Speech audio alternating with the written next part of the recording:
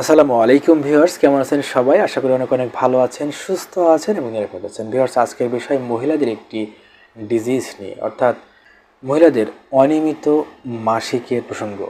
মহিলাদের অনিয়মিত মাসিক বা ঋতুচক্র নিয়ে, এবং এর সাথে তলপেটে প্রচণ্ড ব্যথা এবং হাতে পায়ে জ্বালাপোড়া করলে কী করণীয় রয়েছে এবং এগুলোর কারণ ও চিকিৎসা সম্পর্কে।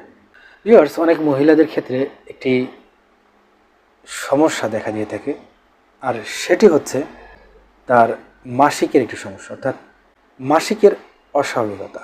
প্রতি মাসে একজন মহিলার যে ঋতুচক্র হয়ে থাকে, সেই ঋতুচক্র অনিয়মিত হওয়া, অর্থাৎ স্বাভাবিকভাবে না হওয়া, এবং এর সাথে যদি অন্যান্য সমস্যা হয়ে থাকে, যেমন অনেকেরই মাসিক ঋতুচক্রের সময় তলপেটে প্রচণ্ড তীব্র ব্যথা হয়ে থাকে, এবং অনেক মহিলাদের শারীরিক অন্যান্য লক্ষণও কিন্তু দেখা দিতে পারে। এর ভিতরে বলতে গেলে অনেক মহিলাদেরই হাতে পায়ে জ্বালাপোড়া করতে পারে, তার শরীর খারাপ হতে পারে।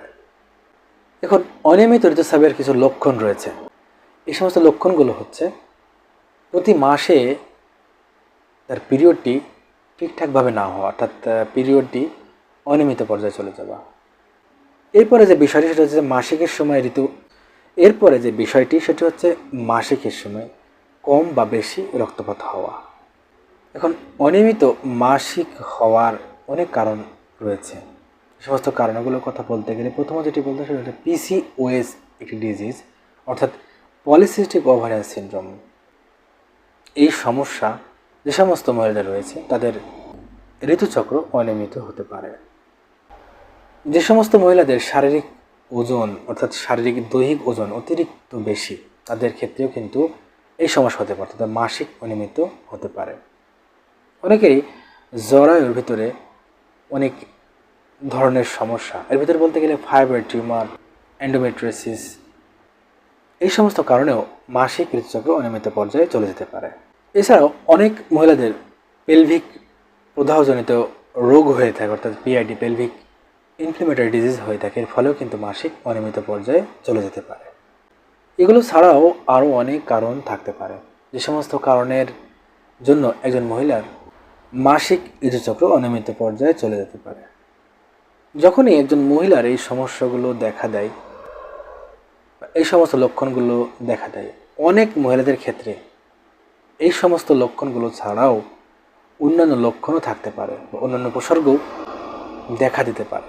এর ভিতরে অনেক মহিলাদের শারীরিক দুর্বলতা দেখা দিতে পারে, অনেকের হাতে পায়ে জ্বালাপোড়া করতে পারে, অনেকের মাসিকের সময় পেটে তীব্র ব্যথা বা যন্ত্রণা হতে পারে, অনেকেরই আবার অতিরিক্ত স্রাব দেখা যেতে পারে, অনেকের আবার কম স্রাব হতে পারে।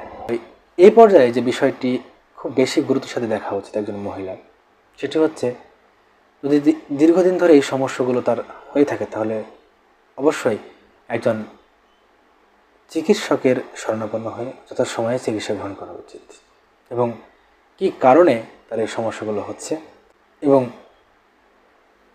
কেন হচ্ছে এবং কী রোগের কারণে এই সমস্যা দেখা দিচ্ছে, সেই সমস্ত রোগ ব্যাধিগুলোকে দূর করার চেষ্টা করতে হবে এবং যথাসময়ে চিকিৎসা গ্রহণ করতে হবে। একজন মহিলার এই সমস্যা দূর করতে হলে প্রথমত যে বিষয়টি খেয়াল রাখতে হবে সেটা হচ্ছে জীবনধারার পরিবর্তন আনতে হবে। জীবনধারা পরিবর্তনের পাশাপাশি অবশ্যই খাবারের দিকে সতর্কতা অবলম্বন করতে হবে।